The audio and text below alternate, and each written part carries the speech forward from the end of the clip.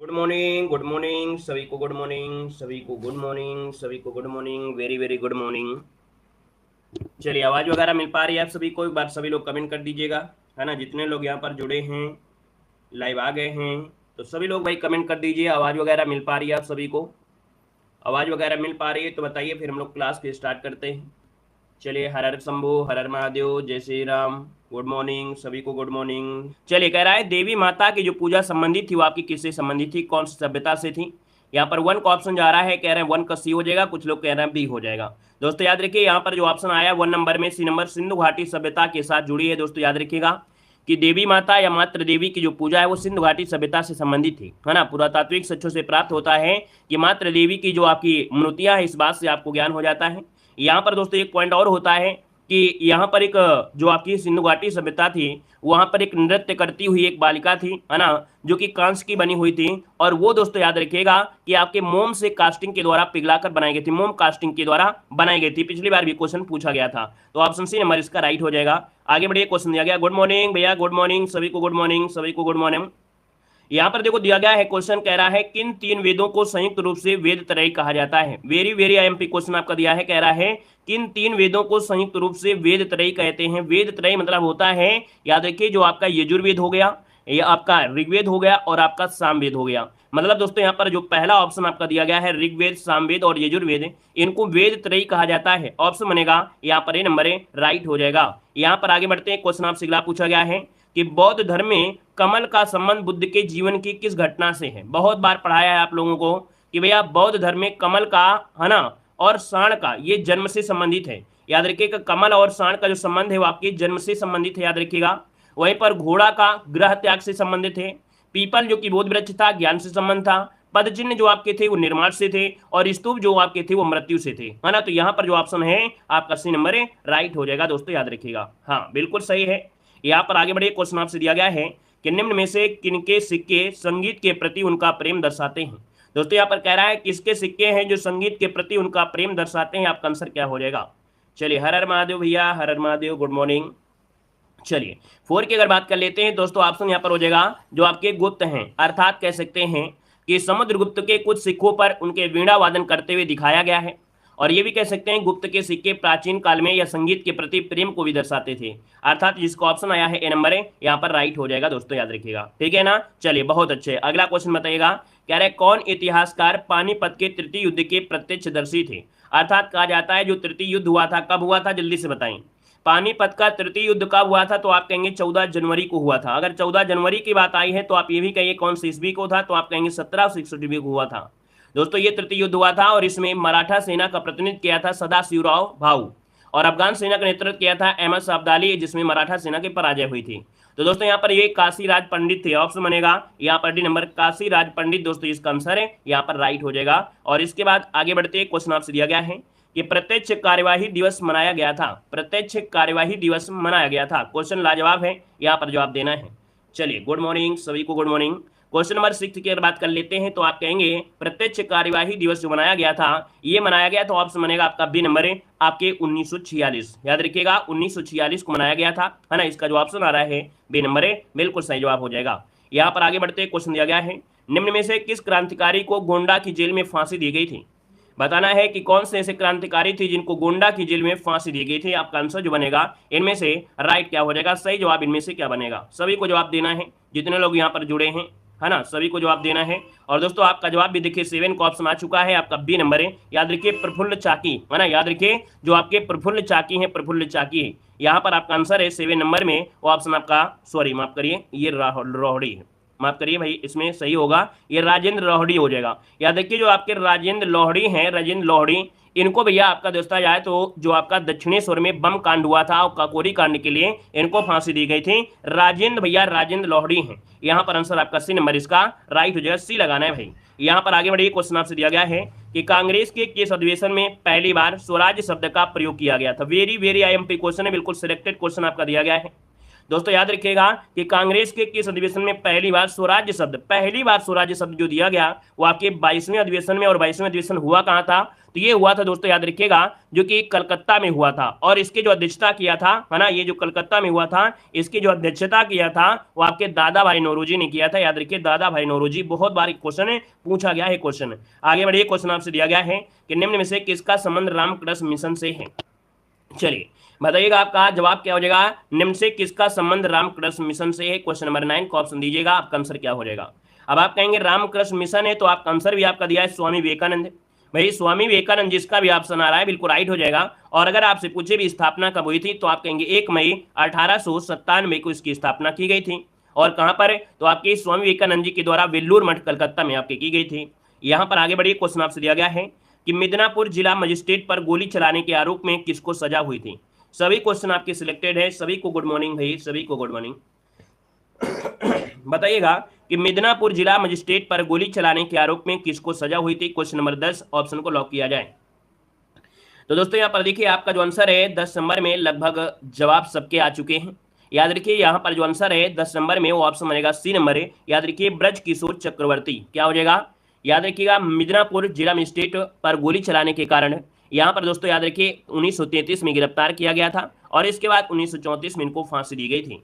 Option आपका यहाँ पर सी हो जाएगा। अब आप लोग काफी लोग यहाँ पर कह सकते हैं बी देंगे, लेकिन ये भी तो देखिए यहाँ पर मिदनापुर दिया है ना, चटगांव शास्त्रागार नहीं दिया है। अगर चटगांव शास्त्रागार होता तो हम लोग सूर्यसेन को लगा देते। समझ में आ गया ना, कि अगर चटगांव दिया होता तो हम लोग सूर्यसेन को लगा देते।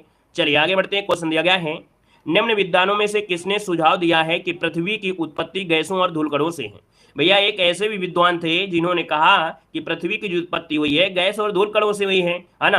तो भैया हम आपको बता देंगे इसका आंसर यहाँ पर, याद रखिएगा, ये है आपके ओम, कौन है, ये रिमड। जो ऑप्शन दिया गया है आपका ओ रिमड की परिकल्पना में कहा गया है, ये विशेषता आई है कि उन्होंने उपग्रहों की गति गैस और धूल कणों से आपकी मानी है। तो दोस्तों यहाँ पर जो आपका आंसर है वो आपका डी हो जाएगा। यहाँ पर आगे बढ़ते हैं। क्वेश्चन आपसे दिया गया है, निम्न में से कौन सा रूपांतरित चट्टानों का उदाहरण नहीं है। रूपांतरित चट्टानों का उदाहरण नहीं, आपका जवाब देना है।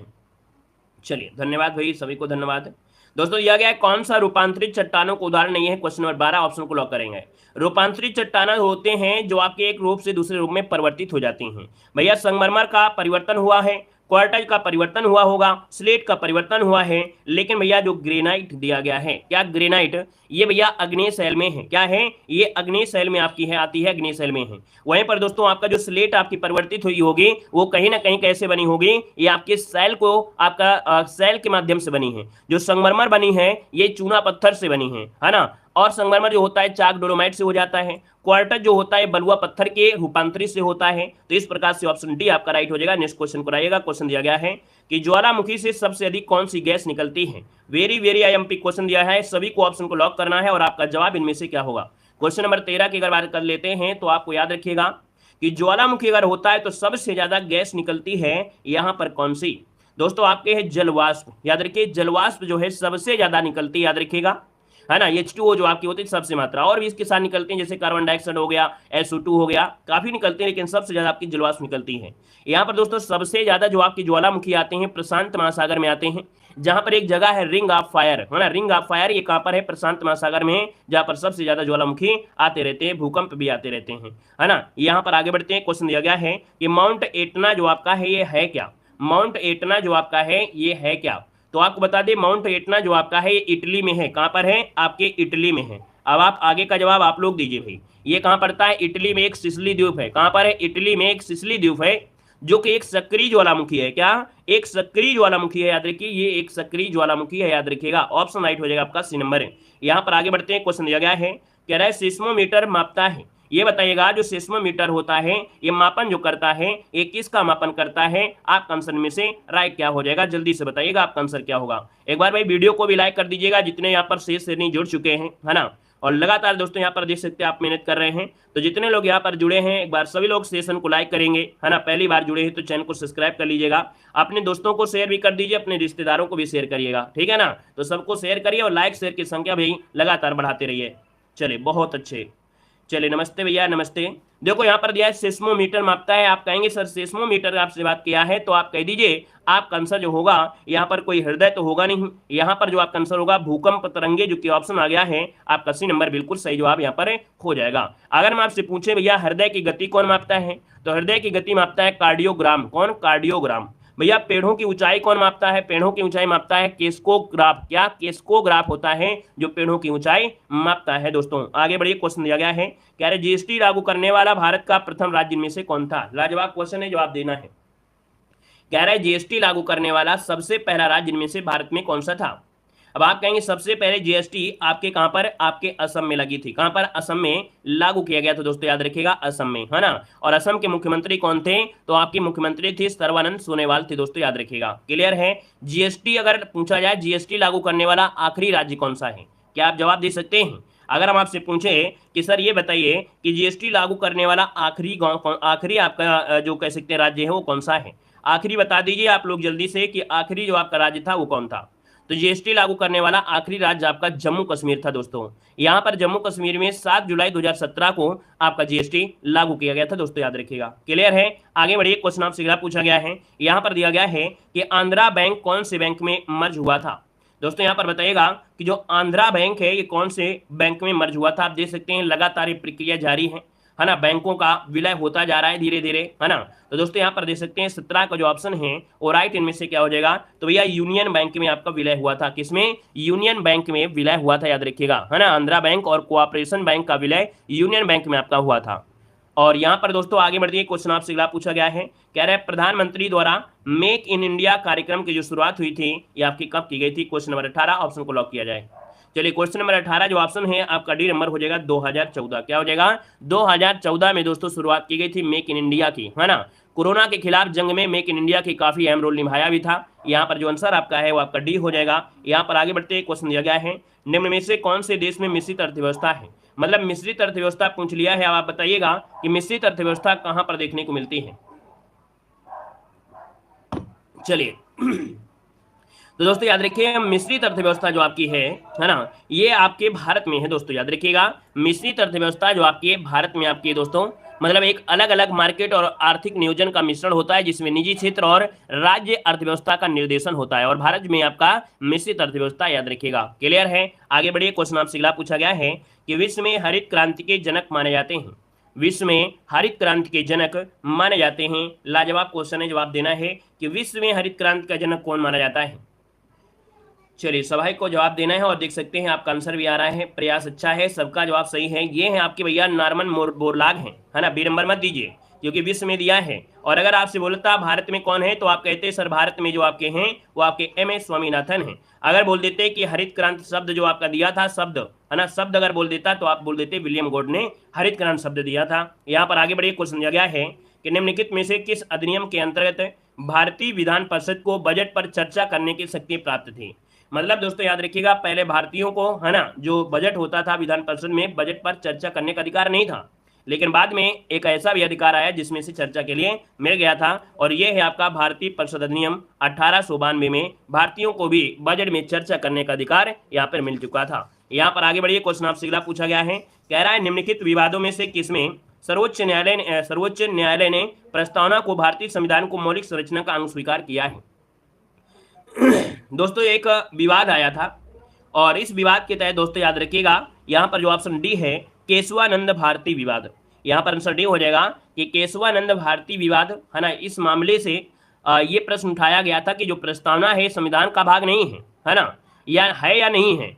तब सर्वोच्च न्यायालय ने निर्णय दिया था कि प्रस्तावना संविधान का अंग नहीं है, लेकिन सर्वोच्च न्यायालय ने यह निर्णय केशवानंद भारती बनाम केरल राज्य में बदल दिया था और कहा था प्रस्तावना संविधान का भाग है। मतलब ये परिवर्तन आपका अलग अलग हुआ था, है ना। यहाँ पर आंसर आपका डी हो जाएगा। आगे बढ़ते क्वेश्चन दिया गया है कि भारतीय संविधान के अनुसार जीवन का अधिकार जो आपका है कैसा है ना भैया। जीवन का जो अधिकार है कैसा अधिकार दिया गया है, तो जीवन का अधिकार आर्टिकल नंबर 21 के अंतर्गत भारतीय संविधान में एक मौलिक अधिकार आता है, फंडामेंटल राइट में आपका आता है। तो आपका जो आंसर आपका आएगा यहाँ पर क्या हो जाएगा, ऑप्शन आपका सी नंबर राइट हो जाएगा। ये मौलिक अधिकार है दोस्तों, याद रखिएगा, ठीक है ना। यहाँ पर आगे बढ़िए, क्वेश्चन आपसे दिया गया है कि संघ सूची में विषयों की संख्या कितनी है। चलिए जवाब दीजिएगा, संघ सूची में विषयों की जो संख्या है वो आपके कितने विषय हैं। जब बात करें संघ सूची की तो आप कहेंगे यहाँ पर जो आपका 97 है आंसर यहाँ पर होना चाहिए, लेकिन ऑप्शन में तो नहीं है भैया। यहाँ पर 97 जो ऑप्शन है आपका होना चाहिए था, है ना, याद रखिएगा 97 ऑप्शन यहाँ पर होना चाहिए, लेकिन 97 आपका नहीं है। अब उसके एवरेज में आप लगा दीजिएगा, 100 लगा सकते हैं, कोई दिक्कत आपका नहीं है ना। वहीं पर दोस्तों समवर्ती सूची में कितने हैं, समवर्ती सूची में आपके 47 हैं। ठीक है ना, और राज्य सूची में आपके 66 थे। तो दोस्तों आपका आगे बढ़ते हैं, क्वेश्चन आपसे दिया गया लेकिन परिवर्तन हुए थे, यहाँ पर याद रखिएगा परिवर्तन हुआ, परिवर्तन होने के बाद आपके दोस्तों जो 97 थे वो आपके 100 हो गए, है ना। इसका मतलब आप लोग ऑप्शन ए ही लगाएंगे, क्योंकि परिवर्तन होने के बाद वर्तमान के हिसाब से देखा जाए तो आपका 100 आपके हो जाएंगे। 52 जो विषय आपके हैं, 52 विषय वो आपके किस में, आपके समवर्ती सूची में, और राज्य सूची में आपके 61 हो गए। ये वर्तमान का आपका डाटा याद रखिएगा, ठीक है, वो पहले का डाटा, ये वर्तमान डाटा है। यहाँ पर आगे बढ़िए, क्वेश्चन दिया गया है कि पंचायती राज व्यवस्था से निम्न से कौन सी समिति संबंधित नहीं है। भैया पंचायती राज व्यवस्था में काफी समितियां आई हैं, इनमें से दोस्तों देखा जाए तो आपकी समितियों में आपकी अशोक मेहता समिति जो आपकी है ये पंचायती राज व्यवस्था से आपकी नहीं है, याद रखिएगा। ये जो अशोक मेहता समिति है ना, ये आपके पंचायती राज व्यवस्था से आपकी नहीं है, याद रखिएगा। वहीं पर आपके सभी जो आपकी हैं वो आपकी सभी आपकी पंचायती राज व्यवस्था से हो जाएंगे। यहाँ पर आगे बढ़िए, क्वेश्चन आपसे दिया गया है, कह रहा है आपसे चंद्रमा से प्रकाश को धरती पर पहुंचने में कितना समय लगता है। तो आप कहेंगे चंद्रमा से पृथ्वी धरती तक पहुंचने में जो समय लगता है प्रकाश को कितना लगता है। अब 8 मिनट ना लगा देना, क्योंकि सूर्य की बात नहीं कर रहा है, 1 मिनट में तो पहुंच नहीं जाता ना 52 सेकंड में, तो आप ऑप्शन लगा दीजिए, आपका नंबर है आपका राइट हो जाएगा, ठीक है ना। ऑप्शन के अनुसार आपको आंसर लगाना है, याद रखिएगा ऑप्शन के अनुसार, ठीक है ना। 1.5 मिनट, 3 मिनट, 1.5 सेकंड, 10 सेकंड, इस हिसाब से जो भी आपका एवरेज में है। अगला क्वेश्चन आपसे दिया गया है कि प्रकाश संश्लेषण किस कोशिकांग में होता है। अब यह प्रकाश संश्लेषण जो होता है, प्रकाश संश्लेषण वो किस में होगा। अब आप ही बताइएगा, प्रकाश संश्लेषण की जो क्रिया हो सकती है वो आपके किस में हो जाएगी, तो आपके क्लोरोप्लास्ट में होगी। क्लोरोप्लास्ट जो ऑप्शन है वो आपका बी हो जाएगा, मतलब इसमें क्लोरोफिल होता है और प्रकाश संश्लेषण में मदद करता है ना। यहाँ पर दोस्तों आगे बढ़ते हैं, क्वेश्चन आपसे दिया गया है कि डायलिसिस में कौन सी प्रक्रिया आपकी शामिल है। अब आप बताइएगा डायलिसिस में जो प्रक्रिया है वो आपकी क्या होती है। यहाँ पर दोस्तों आपका 28 नंबर का ऑप्शन क्या होगा। देखो डायलिसिस हमने बताया था कि जो ब्लड होता है ना, आपकी किडनी होती है उसका शुद्धिकरण करती है, लेकिन जब आपकी बॉडी में किडनी काम करना बंद कर दे, है ना, तब आर्टिफिशियल तरीके से आपके रक्त को शुद्ध किया जाता है। तो दोस्तों यहाँ पर याद रखिएगा डायलिसिस में जो एक प्रक्रिया शामिल होती है, इस प्रक्रिया को क्या कहते हैं, आपसे पूछा है। तो ये प्रक्रिया होती है ऑस्मोसिस। क्या होता है, ऑस्मोसिस एक प्रक्रिया है जिसमें पानी कम सांद्रता से अधिक सांद्रता वाले घोल की ओर प्रवाहित होता है। डायलिसिस की प्रक्रिया गुर्दे अर्थात वृक्क में होती है, ये भी आपको याद रख लेना है। आगे बढ़िए, क्वेश्चन दिया गया है कि रेडियोधर्मी तत्वों के समूह को कहा जाता है। भैया रेडियोधर्मी तत्व जो आपके होते हैं ना, इनको एक्टिनाइड कहते हैं, आपने पढ़ा भी होगा एक्टिनाइड। एक्टिनाइड जो कि ऑप्शन है आपका पहला ही आपका जवाब है राइट हो जाएगा। जो धातुएं संक्रमण समूह में आती हैं वो आपके लेंथेनाइड और एक्टिनाइड में आपके होती हैं, ठीक है। यहाँ पर हेलोजन जो आपके होते हैं समूह 17 में होते हैं, और उत्कृष्ट गैसें जो होते हैं समूह 18 में होती हैं। आगे बढ़िए, क्वेश्चन दिया गया है कि मानव कोशिका में होते हैं, मानव कोशिका में जो होते हैं आपको बताना है मानव कोशिका में क्या होते हैं। अब आप ये कहेंगे सर मानव कोशिका की अगर बात कर दिया है तो यह गुणसूत्र की संख्या यहाँ पर दोस्तों 46 या तो कह सकते हैं 23 जोड़े। तो आपका जो आंसर होगा वो आपका सी नंबर है, यहाँ पर राइट हो जाएगा। क्लियर है। आगे बढ़िए, क्वेश्चन आपसे अगला पूछा गया है निम्नलिखित में से कौन सा स्त्रीलिंग आपका है। दोस्तों यहाँ पर जवाब देना है स्त्रीलिंग में से आपका कौन हो जाएगा, स्त्रीलिंग जवाब देना है।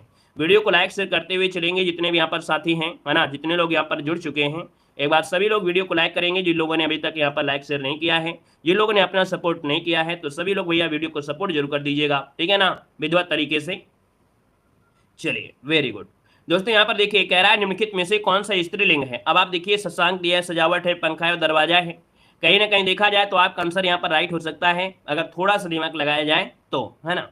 यहाँ पर दोस्तों देखिए ऑप्शन आपका सजावट कैसी है, क्या सजावट कैसी है ना, बहुत अच्छी सजावट ये तो बोलते हैं, अर्थात ये स्त्रीलिंग में होगा, ऑप्शन बी बनेगा। आगे बढ़िए, क्वेश्चन दिया गया है कि आधी रात का जो समय होता है उसके लिए क्या कहा जाता है। आधी रात का समय के लिए क्या कहेंगे, आधी रात का समय जो होता है उससे क्या कहते हैं। आप कहेंगे सर आधी रात के समय को बोलते हैं, यहाँ पर जवाब दीजिए। चलिए 57 नंबर का ऑप्शन देना है, आपका जो आंसर है 57 में ऑप्शन क्या हो जाए, निशीथ कहा जाता है। बिल्कुल सही है, वेरी गुड। अब हिंदी में तो आप लोग राजा बाबू हैं, हिंदी में आपसे गलती हो जाए तो बिल्कुल बेकार है, क्योंकि हिंदी तो आपको इतनी पढ़ाई जाती है ना। ऑप्शन डी इसका राइट हो जाएगा। नेक्स्ट क्वेश्चन को आते हैं। क्वेश्चन दिया गया है दीर्घायु शब्द का विलोम बताना है ना। बोलते ना ईश्वर दीर्घायु दे, तो भैया आपको विलोम बता देना है, और जब विलोम की बात करता है तो आप कहेंगे अल्प आयु। क्या हो जाएगा, अल्प आयु, जो कि ऑप्शन है आपका बी नंबर है, राइट हो जाएगा। अगले क्वेश्चन को आते हैं। क्वेश्चन दिया गया है कि प्रणाम का संविच्छेद इनमें से क्या हो जाएगा। भैया संविच्छेद पढ़ाया है ना आप लोगों को, हमने तो यहाँ प्रणाम यहाँ पर दिया गया है और इसमें से व्यंजन संधि है, लेकिन परिवर्तन सिर्फ आपका एक शब्द का होगा। ये शब्द आपका जो होगा दोस्तों याद रखिएगा, ये शब्द आपका है प्रणाम, अर्थात दोस्तों याद रखिए यहाँ पर जो आंसर है वो आपका राइट क्या हो जाएगा, प्रणाम आपका आंसर यहाँ पर राइट हो जाएगा। दोस्तों याद रखिएगा, अना मतलब ना का परिवर्तन अड़ा में हो जाता है, याद रखिएगा, ठीक है। आगे बढ़िए, क्वेश्चन दिया गया है। अगला क्वेश्चन आपके सामने है कि अंडे का शहजादा मुहावरे का अर्थ देना है। अंडे का शहजादा मुहावरे का अर्थ इनमें से क्या होगा। अब आप बताइए 60 नंबर का ऑप्शन क्या लॉक करें। अब आप ये कहेंगे कि भैया अंडे का शहजादा मतलब होता है अनुभवहीन व्यक्ति। क्या होता है, अनुभवहीन व्यक्ति, मतलब ऑप्शन बनेगा यहाँ पर आपका डी नंबर है, राइट हो जाएगा। और आगे बढ़ते क्वेश्चन आपसे दिया गया है कि वायुमंडल की लंबवत संरचना में सबसे निचली सतह कौन होती है। अब दोस्तों आपको वायुमंडल के बारे में पूछ लिया है और वायुमंडल का अगर ज्ञान नहीं है तो भी गड़बड़ हो जाएगा। भैया हमने आपको बताया था कि वायुमंडल की आपसे कह रहे हैं लंबवत संरचना में, ठीक है ना, सबसे निचली सतह होती है कौन सी, ये वाली सतह पूछा गया है और ये सतह होती है आपका क्षोभ मंडल।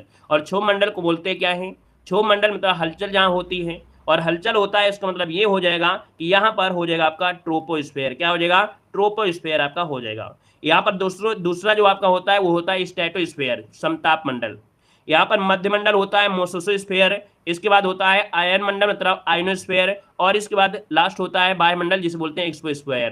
तो इस कारण से ऑप्शन जो आपका बनेगा वो आपका सी हो जाएगा। और याद रखिएगा ये वो आपका जो मंडल है, यहाँ पर ग्लोबल वार्मिंग की घटना होती है, यहाँ पर बारिश होती है, यहाँ पर बिजली होती है, मतलब जो भी आपकी हलचल वाली चीजें होंगी वो आपको क्षोभ मंडल में ही आपको मिलेंगे, ट्रोपोस्फेयर में, याद रहेगा। आगे बढ़िए, क्वेश्चन आपसे दिया गया है, कह रहा है विश्व आर्थिक आउटलुक रिपोर्ट निम्नलिखित में से किसके द्वारा प्रकाशित की जाती है।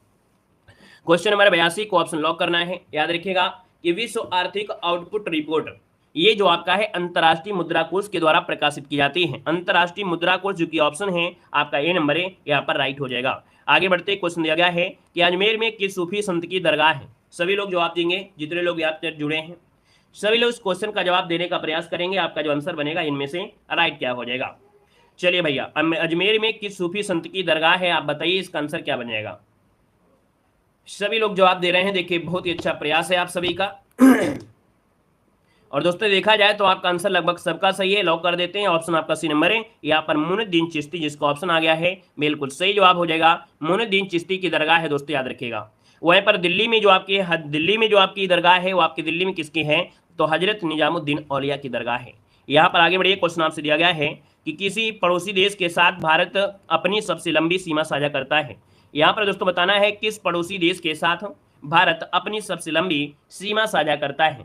ये क्वेश्चन आपका हमेशा पूछा जाता है ना, मतलब ऐसा कभी नहीं गया है कि आपसे ये क्वेश्चन न पूछा जाए, और हमेशा पूछा भी जाता है और आपको आता भी है कि नहीं, आपको ये क्वेश्चन आता भी है।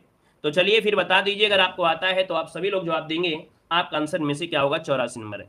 तो 84 का ऑप्शन दोस्तों यहाँ पर बी नंबर दोस्तों याद रखिए, बांग्लादेश के साथ सबसे सीमा साझा करता है ज्यादा। हमने आपको बताया था बचपन का सपना है ना, बचपन का सपना MBA। तो दोस्तों याद रखिए, अगर आपसे पूछ ले 5वें नंबर में तो आप कहेंगे म्यांमार के साथ, आपसे पूछे 3रे नंबर में आप कहेंगे पाकिस्तान, आप कहेंगे 6ठे नंबर में आप कहेंगे भूटान के साथ, आपसे पूछे दूसरे नंबर में कौन है तो आप चाइना के साथ है। ये क्रम आपको अगर याद कर लेते हैं तो आपको समझो MBA आप बन गए हैं, है ना। तो इस प्रकार से भी हो गया। आगे बढ़िए, क्वेश्चन दिया गया है, कह रहा है क्षेत्रफल की दृष्टि से विश्व में चीन का कौन सा स्थान है। भैया क्षेत्रफल का आ गया है तो क्षेत्रफल के हिसाब में क्या होगा, तो भैया 85 नंबर का जो ऑप्शन है वो आपका राइट आंसर हो जाएगा, सी नंबर याद रखिए, तीसरा स्थान है। हमने बताया सबसे पहले यहाँ पर जो आता है कौन सा, रूस आता है ना, रूस आता है, रूस के बाद यहाँ पर कनाडा आएगा, कनाडा के बाद आपका चीन, फिर आपका उत्तरी अमेरिका। यहाँ पर आगे बढ़िए, क्वेश्चन आपसे अगला पूछा गया है कि सर्वाधिक जनसंख्या वाला भारतीय राज्य कौन है। तो भैया आपसे भारत में पूछ ले तो आपको आंख मूंद लेना है और कह देना उत्तर प्रदेश ही आपका है, मतलब ऑप्शन जो आपका है बी नंबर है, राइट हो जाएगा। और दोस्तों याद रखिएगा, यहाँ पर आगे बढ़िए, क्वेश्चन दिया गया है कि निम्नलिखित में से कौन संसद का कार्य नहीं है, संसद का कार्य नहीं है। तो चलिए यहाँ पर दिया गया है संसद कानून बनाने और वित्तीय कार्य संबंधी कार्य करती है, बिल्कुल सही दिया है। संसद कुछ चुनावी कार्य करती है जैसे राष्ट्रपति उपराष्ट्रपति चुनाव, ये भी आपका सही है। संसद संविधान संशोधन पर चर्चा करती है और लागू करती है, ये भी सही दिया है। संसद के पास कार्य करने का अधिकार नहीं है, यही गलत हो गया है, यही गलत हो गया, ऑप्शन देखिए डी नंबर आपका गलत दिया गया है। आगे बढ़िए, क्वेश्चन दिया गया है कि विश्व स्वास्थ्य दिवस कब मनाते हैं। लाजवाब क्वेश्चन है और हर बार एग्जाम में क्वेश्चन ये पूछा जाता है, ट्रेंडिंग में रहता है। याद रखिएगा, आपसे कह रहा है कि विश्व स्वास्थ्य दिवस जो मनाते हैं ये कब मनाया जाता है, आपका आंसर क्या होगा। चलिए हमने भाई बहुत बार पढ़ाया है तो आपसे गलतियां नहीं होना चाहिए भाई, क्यों इतनी बार हमने पढ़ाया है तो आप लोगों से गलतियां तो ना के बराबर होना चाहिए इस क्वेश्चन में, है ना।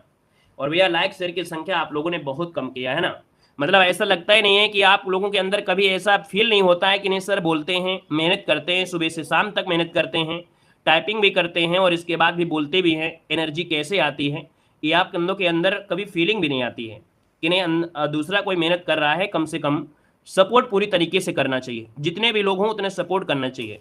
फ्री में आपको कंटेंट दे रहे हैं, फ्री में आपको सब कुछ रहता है, मतलब फिर भी आप लोगों के अंदर ऐसा लगता है कि लाइक कर देने से क्या मतलब है। लेकिन इतना भी सोचिए कि अगर हम आपको पढ़ा रहे हैं, रात दिन मेहनत कर रहे हैं, तो उसके लिए अगर लाइक करेंगे तो कम से कम एनर्जी जो आती है या एक टीचर के अंदर पॉजिटिव थिंकिंग आती है कि नहीं आप लोगों के भी अंदर वही आपका जुनून है जितना हमारे अंदर है। तो इतना तो आप लोग कर सकते हैं सब लोग, ठीक है। सभी लोग लाइक शेयर कर दिया करें, ठीक है।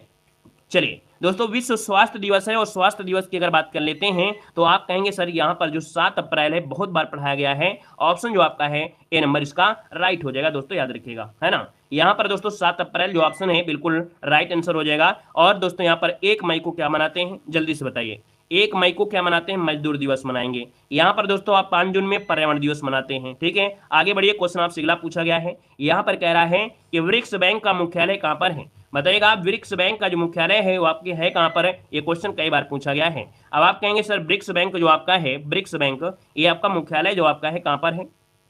चलिए 89 का ऑप्शन हो जाएगा संघाई में। कहां पर है आपके, संघाई में है। संघाई जो आपका हो जाएगा, मतलब ब्रिक्स बैंक का अब एक न्यू डेवलपमेंट बैंक कहा जाता है ना। और इसका मुख्यालय संघाई जो कि आपकी चीन में है।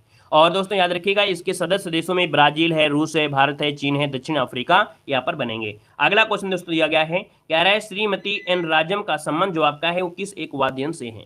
श्रीमती एन राजम का जो संबंध है वो आपके किस एक वाद्ययंत्र से है। 90 का ऑप्शन दोस्तों याद रखिएगा। वायलिन तो आप जानते होंगे, वायलिन जो ऑप्शन है यहाँ पर बी नंबर है, ये आपका राइट आंसर हो जाएगा। दोस्तों दिया गया है यहाँ पर दोस्तों दिया गया प्रमुख दरबारी कवि और उनके संरक्षक।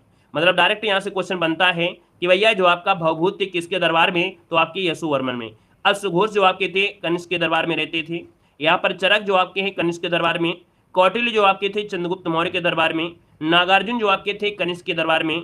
चंद्रवरदाय जो आपके थे पृथ्वीराज तृतीय के दरबार में, है ना। यहाँ पर हरिश्चंद्र जो आपके थे समुद्रगुप्त के दरबार में। बाण भट्ट जो आपके थे हर्षवर्धन के दरबार में आपके थे। यहाँ पर धनवंतरी चंद्रगुप्त द्वितीय के दरबार में। ये सब क्वेश्चन पूछे गए हैं। यहाँ पर दोस्तों रविकृत हैं पुलकेशन द्वितीय। और अगला पॉइंट आपसे दिया गया है, कह रहा आपसे यहाँ पर दोस्तों यहाँ पर दिया है दंडेन, ये नरसिंह वर्मन में हो जाएगा। राजशेखरन, राजशेखरन आपके महेंद्र पाल फर्स्ट। आर्यभट्ट दोस्तों चंद्रगुप्त द्वितीय हो जाएगा। और दोस्तों याद रखिएगा चंद्रवरदाई पृथ्वीराज थर्ड जो आपका हुआ था। कालिदास जो आपके थे चंद्रगुप्त द्वितीय के दरबार में, है ना। और इसके बाद आगे आते हैं दोस्तों, आपके सामने यहाँ पर एक पॉइंट दिया गया है। यहाँ पर दिया है दिल्ली सल्तनत पर शासन करने वाले वंश शासक और शासनकाल। याद रखिए गुलाम वंश में देखा जाए तो गुलाम वंश में ये आपके सभी लोग थे। आपको क्या करना है, इसके स्क्रीनशॉट ले लेना है। वैसे हम आपको ये पीडीएफ जो आपकी है वो आपको टेलीग्राम पर भेज देंगे, तो पीडीएफ के माध्यम से और भी आप पढ़ सकते हैं जो आपके ये शब्द आपके हैं, है ना। जो आपकी कौन कौन आए कौन से नहीं आए, सबसे पहले कुतुबुद्दीन ऐबक आए, लास्ट में कैकवात आपके आए थे। ये सब चीजें आपको देखने को आपको मिलेंगी, ठीक है ना। अब दोस्तों यहाँ पर कुछ महत्वपूर्ण पॉइंट अभी आपको और पढ़ना है। यहाँ पर दोस्तों देखिए, अगर आपसे पूछे भारत में दोस्तों, तो यहाँ पर देखिए भारत का जो आपका ऊपरी बिंद है ये इंदिरा कौल होता है। और जो नीचे भी आपका बिंद होता है वो आपका क्या होता है, यहाँ पर ये वाला पॉइंट जो आएगा तो कन्याकुमारी में। लेकिन नीचे वाला पॉइंट होगा आपका क्या हो जाएगा, तो हो जाएगा इंदिरा पॉइंट। दोस्तों ये आपका जो पूर्वी बिंदु आपका किबिथु है और जो आपका पश्चिमी बिंदु है गौर माता है। यहाँ पर दोस्तों आपसे पूछे कि उत्तर दक्षिण की लंबाई कितनी है, तो आप कहेंगे 3214। अगर पूरब पश्चिम बोले तो आप 2933 बताना है। यहाँ पर दोस्तों जमीनी रेखा आपकी जो है 15,200 वर्ग किलोमीटर आपके भारत के साथ है यहाँ पर जुड़ी हुई है। दोस्तों यहाँ पर दोस्तों भारत के पड़ोसी देशों की अगर बात करते हैं तो बचपन में सपना, ये बचपन में एमबीए किया जो भी आपका होगा, तो यहाँ पर ये भैया आपके सामने ये ट्रिक के माध्यम से आप लोग नोट कर सकते हैं। यहाँ पर दोस्तों दिया है कि भारत में, है ना, क्या दिया है कि भारत के जल एवं स्थल सीमा दोनों से जुड़े हुए। अगर जल और थल दोनों से पूछ लेता है तब आप कहेंगे बांग्लादेश, म्यांमार और पाकिस्तान। लेकिन जलीय सीमा से आपको पूछे तो आपको मालदीव और श्रीलंका ही आपको बताना है दोस्तों, याद रखिएगा, ठीक है ना। यहाँ पर दिया है भारत के पड़ोसी देशों से लगे भारतीय राज्य, तो देखो भारत के 17 राज्य पड़ोसी देशों के साथ स्थलीय सीमा से जुड़े हैं। कितने, 17 राज्य हैं जो पड़ोसी देशों के साथ स्थलीय सीमा से आपके जुड़े हैं दोस्तों, याद रखिएगा। अगर आपसे पूछे बांग्लादेश के साथ कौन कौन जुड़े हैं, तो बांग्लादेश के साथ याद रखिएगा कि यहाँ पर दोस्तों आ मित्र बंगला में दोस्तों असम, मिजोरम, त्रिपुरा, मेघालय ये आपके बांग्लादेश के साथ आपके जुड़े हुए हैं। सबसे लंबी सीमा बांग्लादेश की लगती है आपके पश्चिम बंगाल के साथ है, लगती है दोस्तों, याद रखिएगा। यहाँ पर अगला पॉइंट दिया है म्यांमार से सटे भारतीय राज्य। म्यांमार से सटे भारतीय राज्य में यहाँ होता है मौ में आना वर्मा, अर्थात दोस्तों याद रखिएगा मणिपुर, मिजोरम, अरुणाचल प्रदेश और नागालैंड ये आपके म्यांमार के साथ लगे हुए हैं। इनको नोट करते हुए चलेंगे। यहाँ पर दोस्तों अगर पूछे कुल लंबाई तो आपको दिख रहा है, लेकिन सबसे लंबी सीमा जो आपकी लगती है वो आपके दोस्तों याद रखिए मिजोरम के साथ लगती है। किसके साथ है, मिजोरम के साथ लगती है सबसे लंबी सीमा आपके दोस्तों याद रखिए म्यांमार की, ठीक है। आगे आते हैं भूटान से लगे हुए, तो भूटान में दोस्तों दिया है आशिक आप भूटान के, कहाँ के, आशिक आप भूटान के, अर्थात दोस्तों यहाँ पर याद रखिएगा कि भूटान से लगे हुए अरुणाचल प्रदेश क्या हो जाएंगे, अरुणाचल प्रदेश, सिक्किम, असम, पश्चिम बंगाल, ये दोस्तों आपके जो राज्य हैं वो आपके भूटान से दोस्तों आपके लगे हुए हैं। और भूटान से सर्वाधिक लंबी सीमा जो लगती है वो आपकी असम की लगती है, कहाँ की, असम की लगती है दोस्तों, याद रखिएगा। अगला पॉइंट आपसे दिया गया है पाकिस्तान से सटे भारतीय राज्य। पाकिस्तान से सटे राज्य है आपका पंगु राज्य, अर्थात दोस्तों यहाँ पर पंजाब है, गुजरात है, जम्मू कश्मीर, राजस्थान है, जम्मू कश्मीर है, जो कि पाकिस्तान के साथ सटे हैं दोस्तों, याद रखिएगा।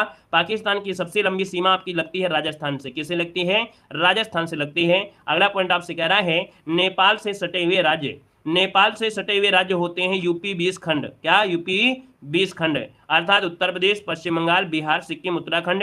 दोस्तों याद रखिएगा नेपाल के साथ 1 2 3 4 5 आपके भारतीय राज्य हैं, और सबसे लंबी जो सीमा लगती है आपके नेपाल की वो बिहार से लगती है। अगला पॉइंट आपसे यहाँ पर दिया गया है, कह रहा है चीन से सटे हुए भारतीय राज्य यहाँ पर पूछा गया है, तो भैया उषा लद्दाख गई, है ना, सीमा भारत आई, क्यों भैया, ये तो होता है, तो उषा लद्दाख गई। तो दोस्तों याद रखिएगा यहाँ पर, दोस्तों याद रखिएगा उत्तराखंड, है ना, सिक्किम, हिमाचल प्रदेश, अरुणाचल प्रदेश, लद्दाख, ये चीन के साथ सीमा है, और सबसे लंबी सीमा आपके लद्दाख के साथ लगती है, जो कि आपकी चीन की है दोस्तों, ठीक है ना। यहाँ पर अगला पॉइंट आपसे दिया गया है अफगानिस्तान, और अफगानिस्तान की अगर बात करते हैं तो एकमात्र राज्य, है ना, एकमात्र आपका राज्य सिर्फ और सिर्फ कौन लगता है, लद्दाख लगता है। सबसे लंबी सीमा आपकी लद्दाख हो जाएगी, मतलब भारत के जो पड़ोसी देश थे वो आपके यहाँ पर हो गए हैं। कल के क्लास में हम लोग यहाँ पर कुछ महत्वपूर्ण, जैसे हर की क्लास होती है, सबकी क्लास होती है, वहाँ पर होते हैं। जय हिंद, वंदे मातरम।